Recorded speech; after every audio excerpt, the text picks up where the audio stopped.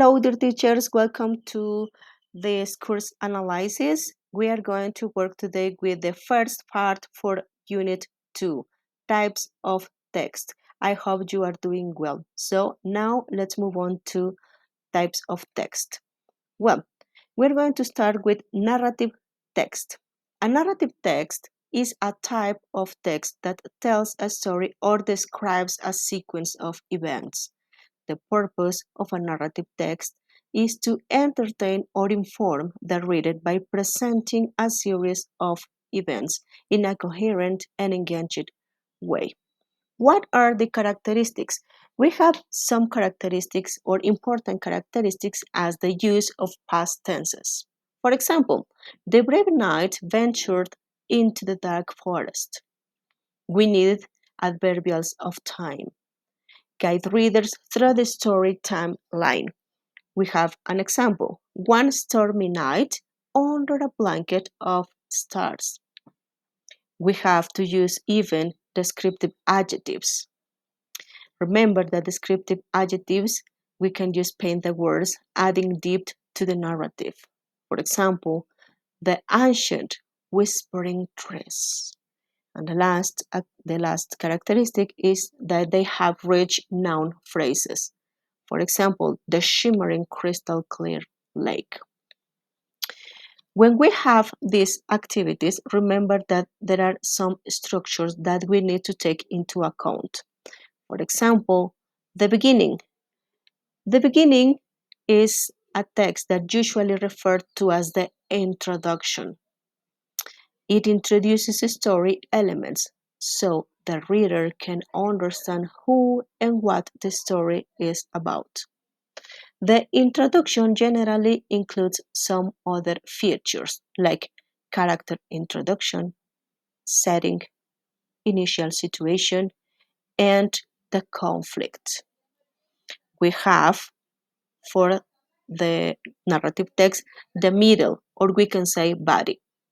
The middle of a narrative text, that is the body of a story. The body generally includes plot points, character development, and the climax.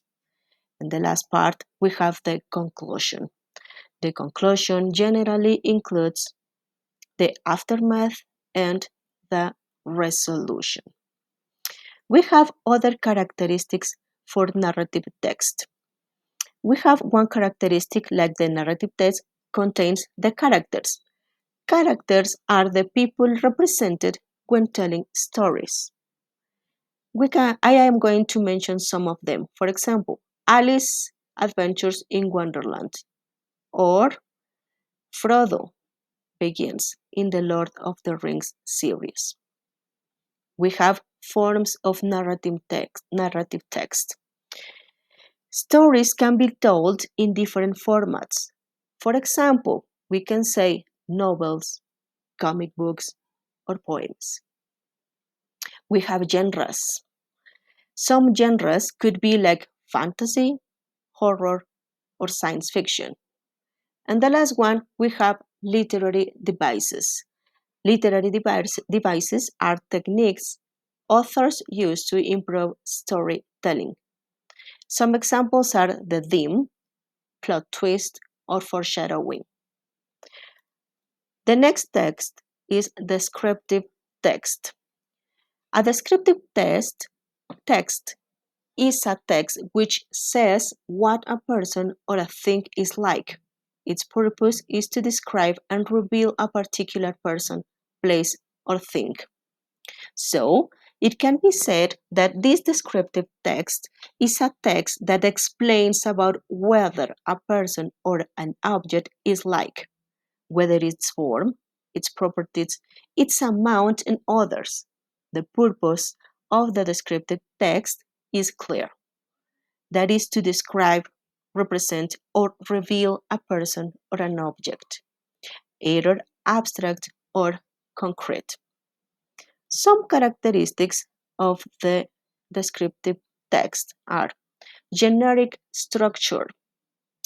When writing descriptive text, there are some generic structures. that actually they are not mandatory.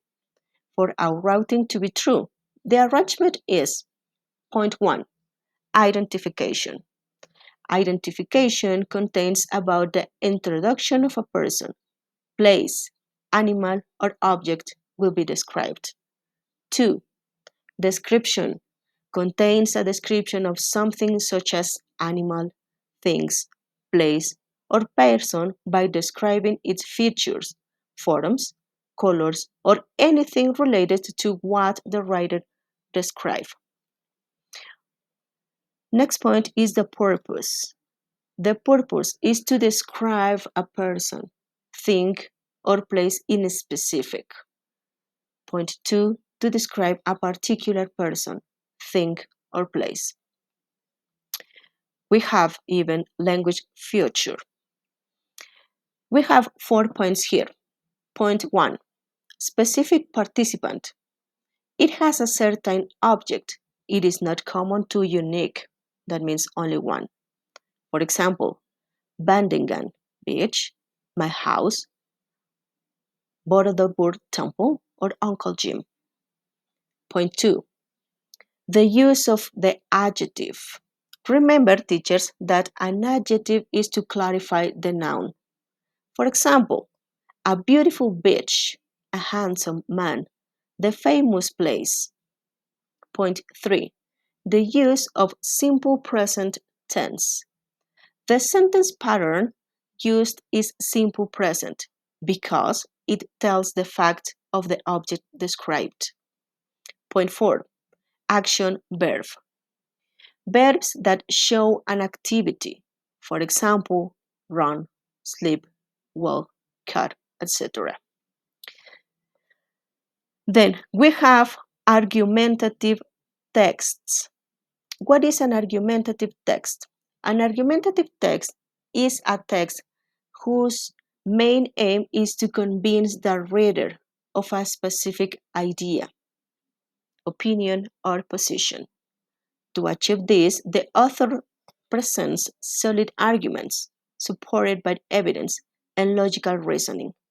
These texts may address controversial or debatable topics and usually have an organized structure that includes a clear thesis, development of arguments, and a persuasive conclusion. What are the characteristics? We have 3 main characteristics: the thesis, argument, and conclusion. Clear thesis. The text presents a main idea or thesis that is defended through the document. Strong argumentation. The arguments presented are supported by revealed evidence, data, and examples. Coherent and cohesion.